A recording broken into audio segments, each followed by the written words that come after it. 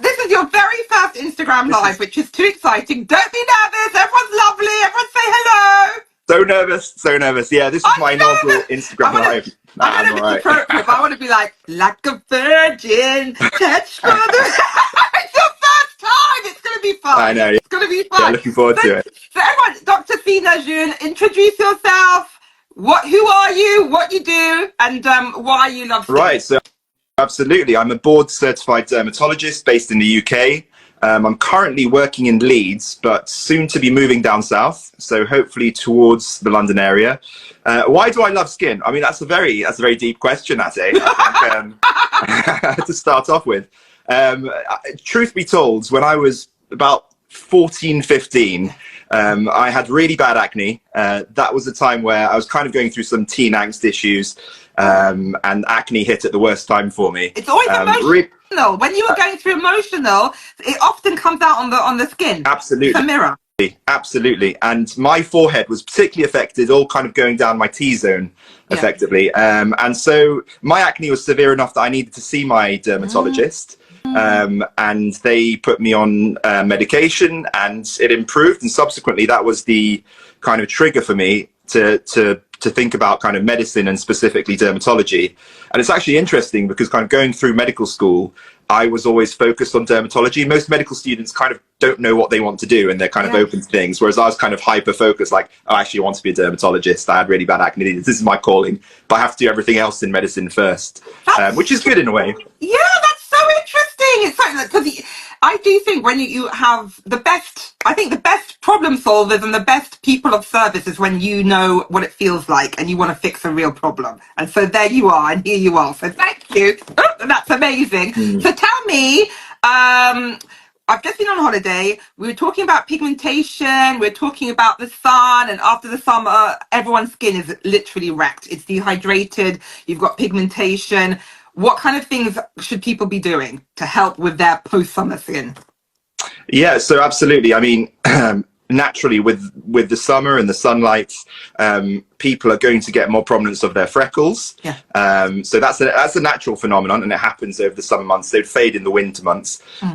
In terms of damage to the skin from excessive exposure to sunlight, now that's something where hopefully everyone's been protecting themselves over the summer months and on holiday using sunscreen, SPF 50, 5-star UVA. Yeah, absolutely. It's coming out right there. 50, and I'm all about the 50. Tell me about 15, 30. You're like, not on my watch. Go for 50. About the 50. Yeah, absolutely. I've got SPF 50, which I use regularly, and I personally go for SPF 50. Some people, now it depends on skin tone, but they can get away with SPF 30. But generally, especially in brighter climates, then SPF 50 should be the factory default, so to say.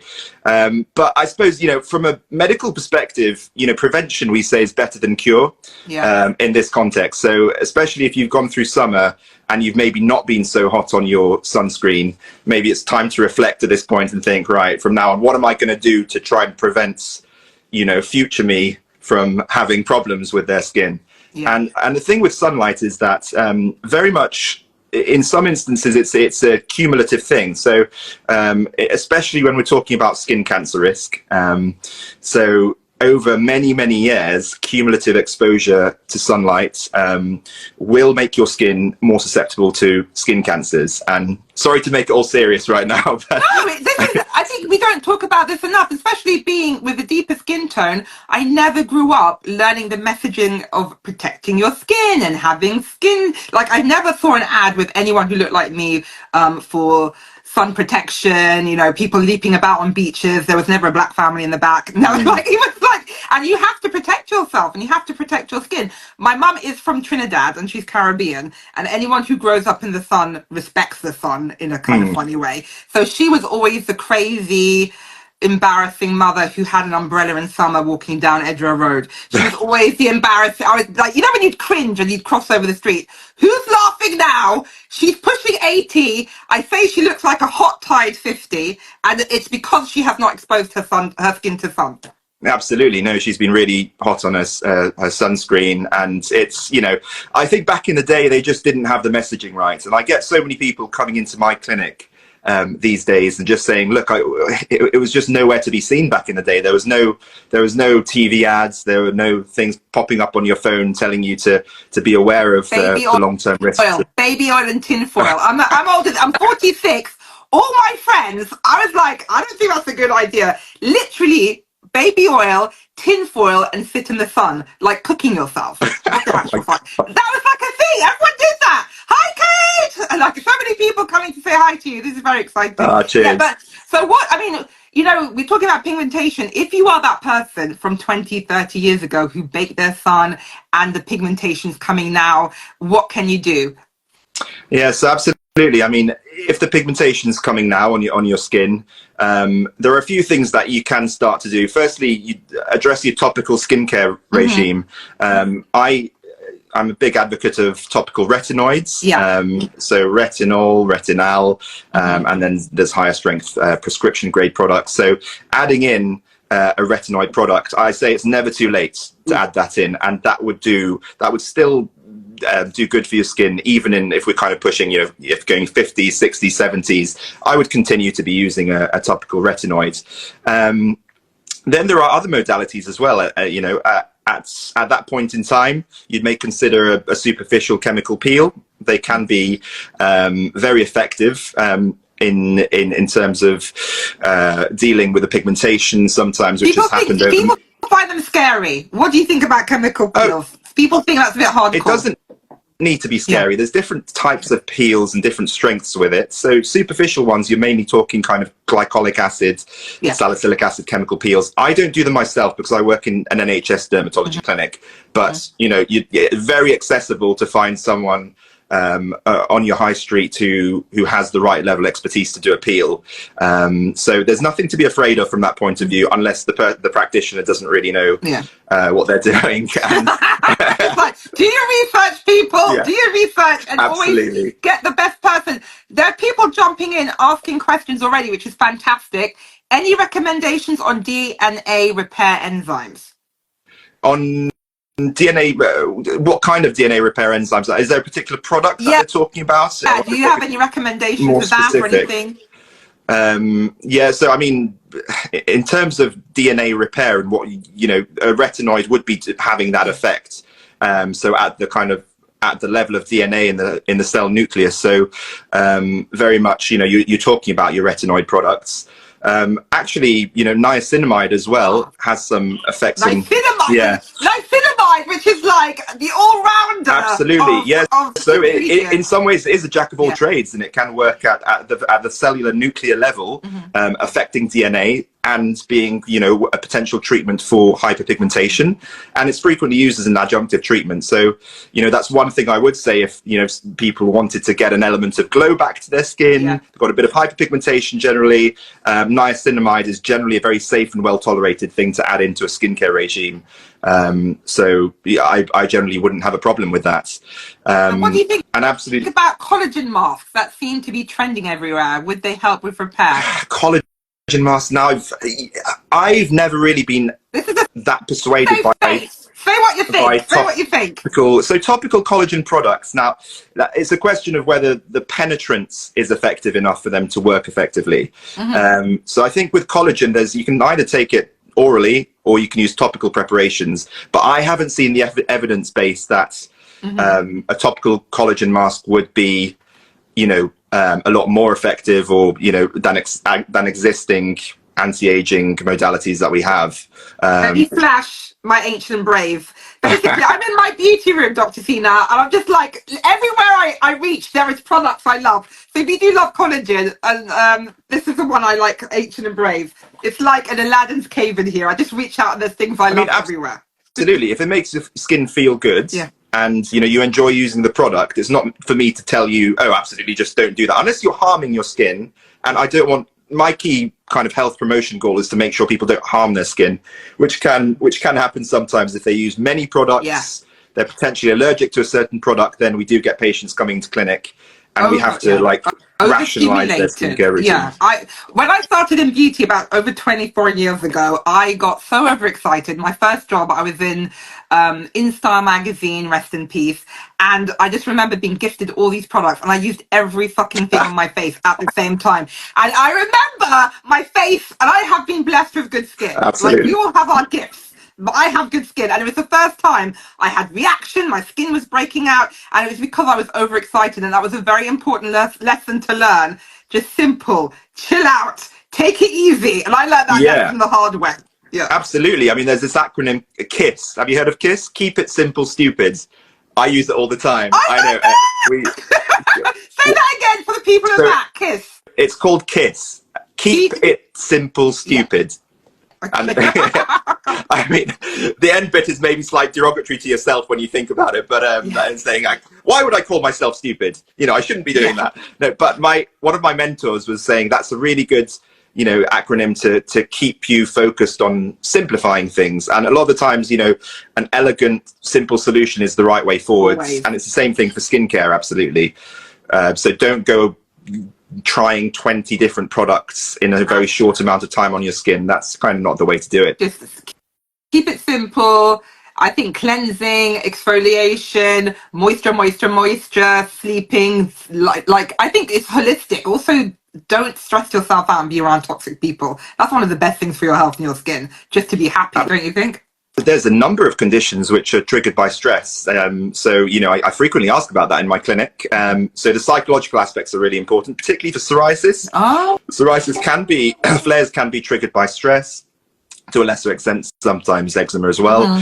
And so it's always important to kind of get that part of the history when talking to patients, and taking that extra time and seeing like what's going on in their life, what's in their social history, like who are they living with, what's their relationships like, what's work like, just taking a bit of extra time and getting to know people, and it just makes for a much better patient-doctor consultation as well.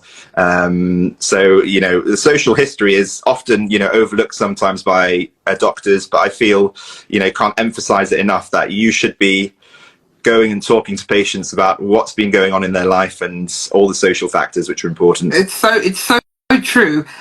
We've got questions flying in. This is very exciting. Retinol and I can never say that. Minoxidil. How's the combo for hair growth? Yeah, so that's an interesting combination. I would not. So by minoxidil, I think they're kind of hinting at male pattern hair loss, where topical minoxidil is used, and amongst other kind of hair loss conditions. So or oral minoxidil as well. But I wouldn't combine that with retinol. Or maybe they're saying does one, you know, because of skin sensitivity or something. I don't know. Well, that's the thing is how you're applying your retinol, because essentially the retinol needs to be effective for the skin. So if you're applying it on the hair, I presume, this is for the hair. You're not going to be able to find the right formulation to apply it consistently enough. And I'm not sure that the evidence really backs it up in terms of randomized control studies for hair growth. So I think that particular combination I probably wouldn't go for, but go and see your hair specialist, a dermatologist or GP initially, and they will need to actually diagnose exactly what kind of hair loss you have if you're thinking about that.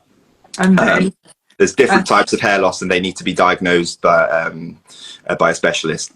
Can I just ask, because I'm curious, what is the craziest thing you've seen in clinic?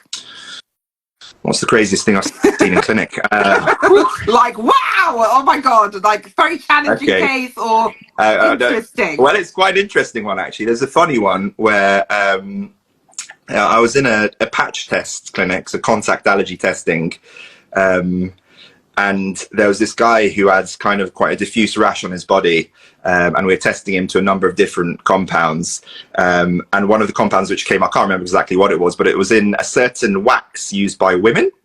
And we went up and we asked him, "Oh, you've come up to this wax. Have you been applying it to yourself for any particular reason?" And he said, "No, I've never seen that before. I don't know where it's come from."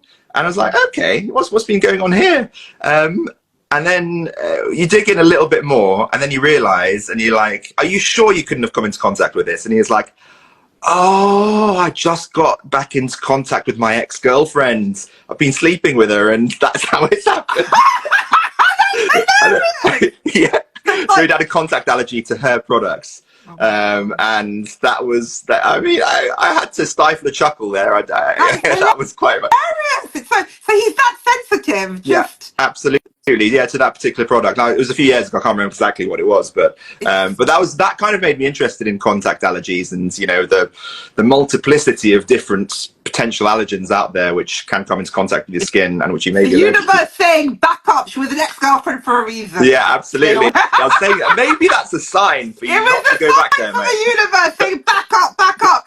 So funny. I'm allergic to wool, which is really annoying. So I can do cashmere. I just say because my body knows what's expensive, and so I can only do cashmere. Can't do wool. It's got a certain threshold. It knows where it's at. And I can't do red wine, only champagne. Champagne and cashmere. I'm okay. I can live with that. It's fine. So funny. Let's talk about vitamin C. Why is that amazing for your skin? Especially when it comes to brightening, radiance, pigmentation. For me, vitamin C is like an all-star product. Absolutely. It's one of those key staples which, you know, I definitely advocate for including in a skincare routine. I think its strongest benefit is probably its effect of kind of photoprotective effects. So when there has been damage as a result of sunlight in the skin, vitamin C just goes in there and mops up those free radicals. So we're talking molecules which have an odd electron, which are very, very reactive and can cause damage in the skin. And that's how I say it. Like bang, bang, bang, bang. That's how I think of it. I'm very visual.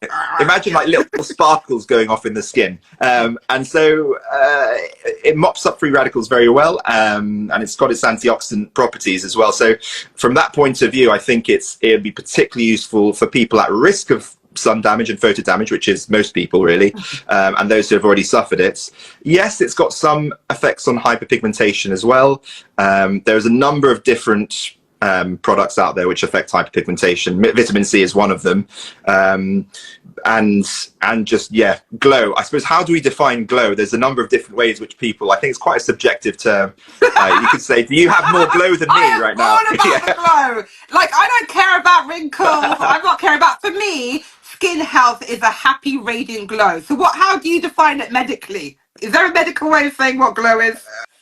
I haven't come across a medical term specifically for glow. You need to get on that. You need to get on that, patent it. Well, yeah, absolutely. The thing is, it's so subjective almost that how do we define it? I mean, you say dullness, but that's not particularly medical in terms of the other side of the coin.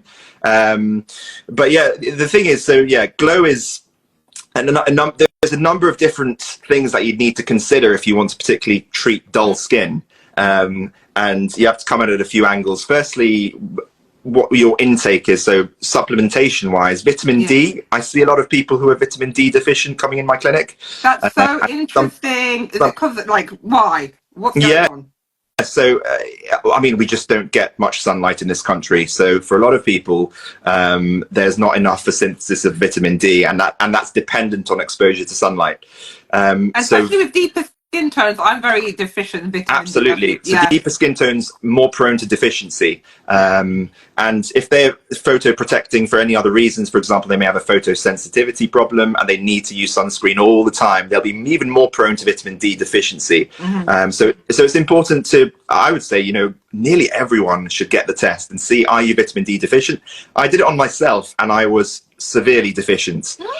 So we're talking very, very low. So I just went. That was it because I don't see much sunlight. I wasn't expecting it, but you know, I just felt a bit off. I was like, you know, I feel a bit groggy all the time. Let me just go and test it out. Let's see if there's something going on. I did one of those Wellman checks, and then I came across it, and I was just like, oh wow, that's a severely deficient vitamin D. So I went in there and got the supplements and normalized it. And you do see it in your skin, don't you? Oh, absolutely. Yeah, generally kind of a bit less, but for me, I get less pale. I'm just a bit more brighter generally, I feel, if I'm, you know, really concentrating on treating my dullness. Let me flash a supplement that I've been liking. This is little sachets. It's called Systole, and it's got vitamin B complex, vitamin C, D3, magnesium, zinc. It's an all-rounder, and you just pop it in a drink, and you just like, boom, sort yourself out. Oh, so it's an oral supplement. Yeah. Okay, so everything in there. Yeah, no, I'm happily married to my multivitamin tablet, so I make sure I take one a day. You won't be cheating, but it's very nice. It's Yeah, I'll very be nice. cheating. Yeah, absolutely. Yeah, I can't Take a hit. lose Take a my hit. Really mistress. nice. And vitamin C, I'd like to flash a couple of my favorite products. These are, I don't know a beauty journalist or editor who does not love these. It's SkinCeuticals CE Ferulic, Yeah. and I also like the eye gel as well. It is expensive, but my God, you do see a difference, and my skin loves it. So if you want really, really amazing, high quality vitamin C products, I love these.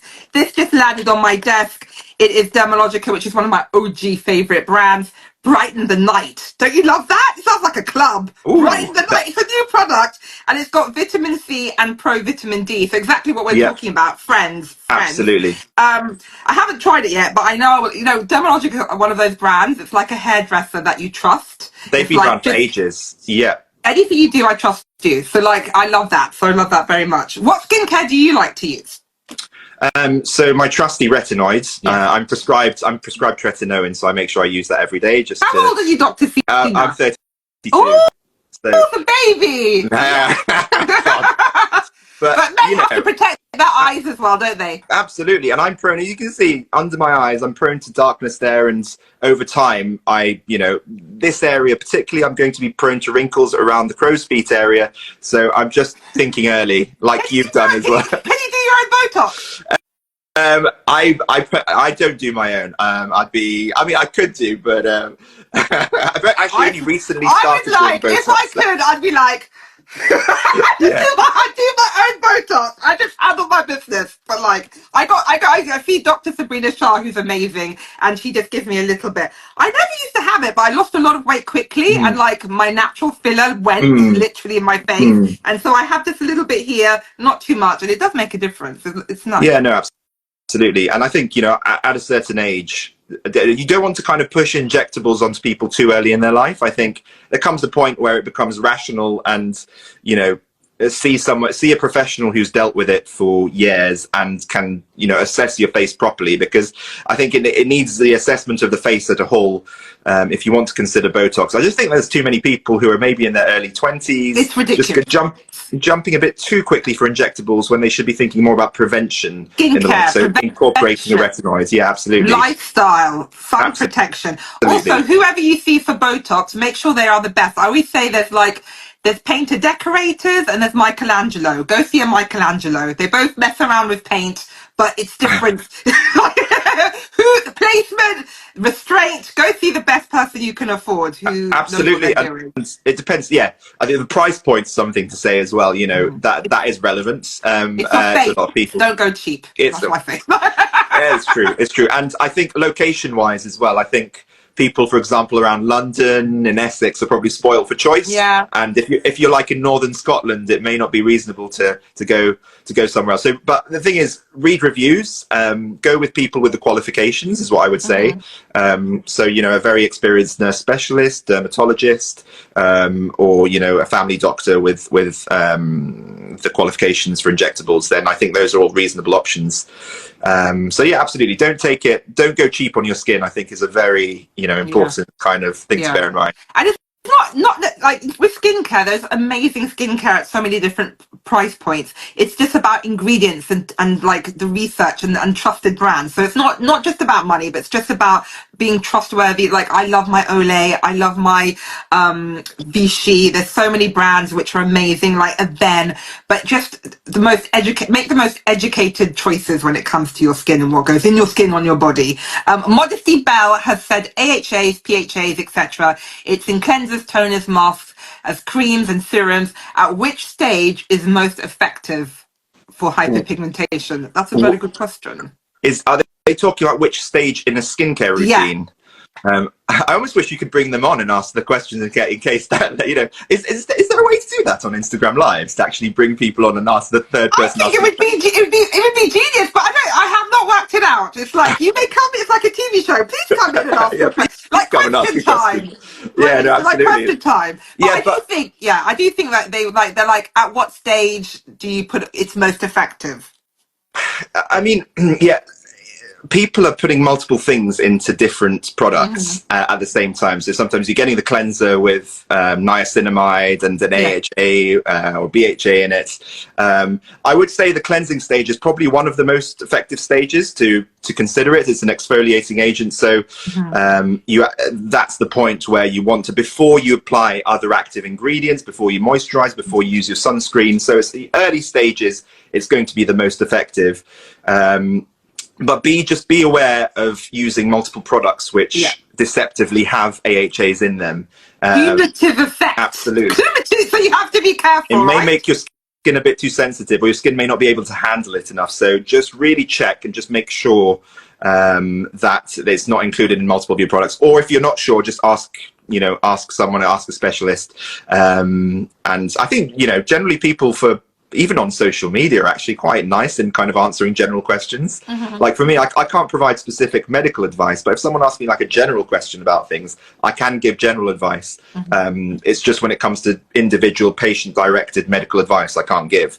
But yeah, I suppose, there's a wealth of information out there. But trusted information, which is really which is really good, which is why I'm so happy to talk to you. I need to give a shout out to my friend Carolyn Harron, Skin Rock. Oh yeah, this is her new gel cleanser which has just come out. Oh my god, beautiful texture. Haven't got AHA in here, but I think I love that color.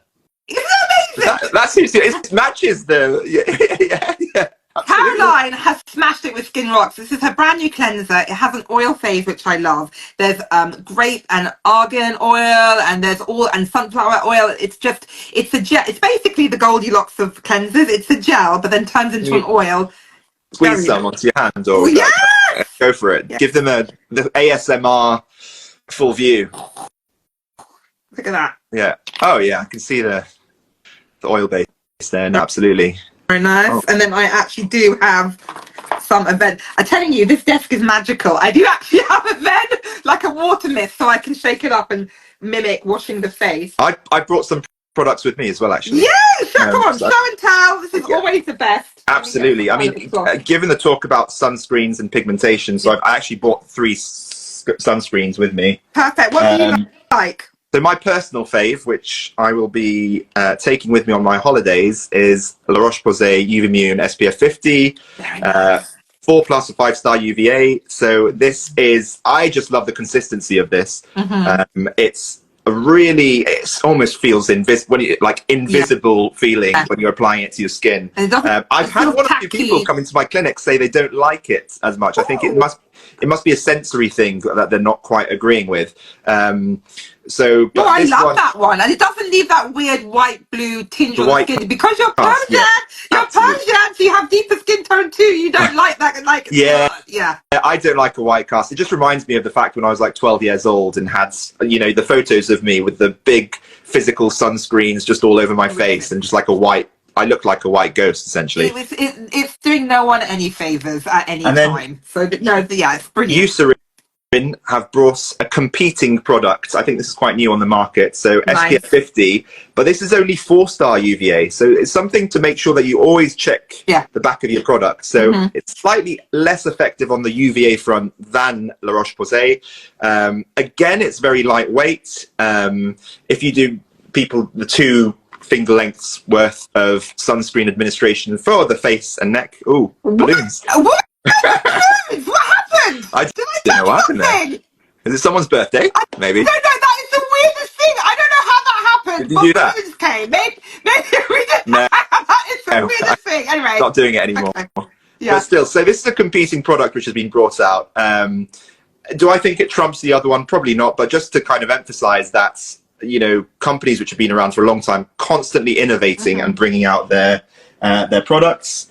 Finally, I like this one. I'm such a huge Aven fan, and Clarins and Caudalie. It just feels like skincare. It feels amazing. It doesn't break me out because I've got a dehydrated combination skin, and so many some products are just a bit too thick and gluky. I break out. So those are some favorites. Also, Naked Sunday, Cabana Clear. Have you tried that? I've not heard of that one. No, actually. Completely Link it to me after. Yeah. SPF 50. Love that. That is a game changer. So what else have you got? Oh, sorry. Yeah, I was just going to say, just plug Altruist sunscreen. Oh, nice. So this is dermatologist founded by my colleague, Dr. Andrew Burney. who's a derm surgeon, and it's just at a really competitive price point. I would use this more for the body because does have a physical sunscreen in there, titanium dioxide, so it can be a little bit costly for the face and not quite as nice to feel as the La Roche-Posay, but it's very cost effective, 5-star UVA, SPF 50. It does exactly what it says on the tin, so I definitely recommend that one. And those are the 3 that I'd bought with me, so kind of slightly different sunscreens, and just want to kind of emphasize what I use and what I like. Amazing. Modesty, thank you. Modesty Bell says SPF sprays. I love the idea of applying over makeup. What would you recommend? I was using the Caudalie spray, and I was spritzing my face with it. I spritzed my daughter's face with it, and it was really nice. Didn't break us out. It smells amazing of holidays, so I really like that. But it's just getting the exposure. I think the coverage with sprays is generally not as good as liquids or creams. It's harder to top up. Absolutely, for a top up, yes, and especially for children, it can be quite. Children who don't want to kind of apply a cream all over their face, just a quick spray as a top up, then it could be quite reasonable. But also, you've got to be. I did a video on this actually quite a while ago, and I was like, beware, because on beaches frequently there are windy conditions. If you're using a spray, the wind, if it's blowing hard, it'll just be like you need to cover the bit. It could just blow away when you're applying it to the face. So just be careful on the beach with sprays. I didn't even think of that. That makes total sense. What's the name again? Caudalie. There is some in the corner, but my cat is blocking me. But Caudalie. Yeah. I'm reaching for it. Caudalie. I really like that French brand. But Lancaster, Clarins, there's so many amazing ones. Okay, what are your top 3 golden rules of skincare? If you can tell someone, if you could go back and tell your 12-year-old self, or you tell people now, what are 3 things you should be doing to keep your skin healthy? Keep your skin healthy. Ooh, that's the thing is, if you ask a child, if you tell a child what to do compared to an adult, you're going to be telling them slightly different things. Okay, telling us grown-ups who are here, what 3 things can you be doing if you want to commit to having really healthy, good skin? Yeah, absolutely. So I think number 1, you have to say sun protection has to come in there. That kind of messaging starts, if you haven't been lax on it, just start now. It doesn't, the effect is cumulative. So if you start now, you'd be saving yourself down the line a world of pain, potentially in the form of nasties, skin cancers, things like that you don't want. Number 2, I would say it's more of a kind of psychological thing in terms of kind of a self-love message, that you don't need to go over the top with layering too many different active products or consider injectable treatments too early in your life. So always think rationally. Yeah, KISS. Keep it simple. Stupid. I mean, my consultant, he told me that acronym, and he was just like, keep it simple, stupid. Come on, Sina, just think it that way. It is true though. Yes.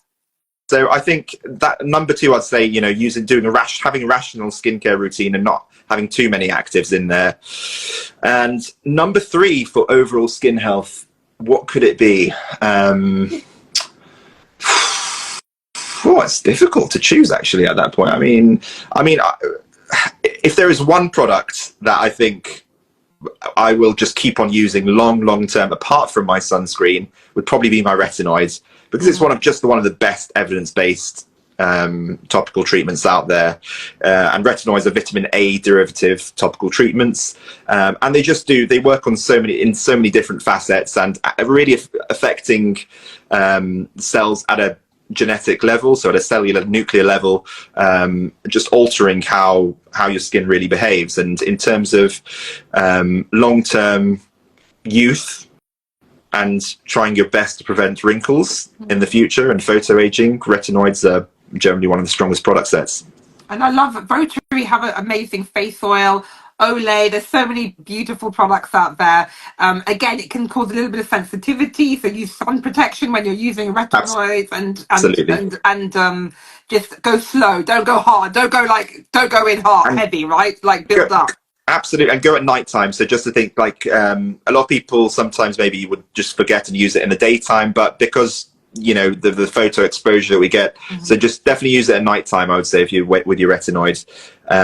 So not first thing in the day, then going out in bright sunlight. No. It wouldn't be the right thing to do. Amazing. For me, I would say cleansing is like the holy grail of skincare. I love a double cleanse. I like cleansing oils. This is one of my favorite Votary. This is the little one I took on holiday, which is so sweet, a baby size one. This is a rose, geranium and apricot cleansing oil. I also love the Elemis Pro cleansing balm, also Trini's cleansing balm. So many brands that I really love as well. I mean, cleansing particularly important for in my acne clinics. I get children around the age of 17, 18, oily skin, acne prone. So I really inquire about their cleanser, and I try to kind of dig down into what brand they're using. Is their cleanser targeted towards oily skin or not? So it's that's kind of important to bear in mind. CeraVe does a really good cleanser for normal to oily skin. Comes with the kind of green bottle cover, and I do frequently recommend that to my acne patients. Yeah, amazing. Thank you very much. Is there any last questions before we close the clinic? The clinic is going to be shut. Clinic is shut. Any last questions? Oh my goodness, let me go back and see if I've missed anything. Anything else? Yeah. Anything? How was your first live, Dr. Oh Sina? my God. I mean, I've really enjoyed it. Hopefully I come across well on video, and I'm not as a doctor, you always think, I don't want to be a bore. I don't want to be that kind of doctor who drones on about the same thing and it just bores the patient into oblivion. And it's very easy sometimes to do that. So, you're very bouncy, and it's all about education and being relatable, and that's why I love your videos. I love the things you do because it's really helpful and with trustworthy information. Absolutely, that's what it's all about. Giving people the right information at the right time when they need it from a trusted source. Oh well, thank you so much for coming. Please come back. You are so welcome. No, absolutely. I'd love to do this anytime, honestly. It's been such fun chatting to you tonight. So much fun. Thank you so much. And when you come back, I'll take you for tajik, and we have some yummy Persian food. We're going some tajik, some kebab. Lots of the good stuff. Have the good food. Sandy, I think Sandy Shaw 7 said you were very easy on the eyes, if you don't mind me saying. Stop it. Well, I think you will be having people sliding into your DMs, Dr. Sina. For information, obviously. Anyway, thank you so much. So nice to meet you. Thanks, Ateh. It was lovely. Have a good night. Bye.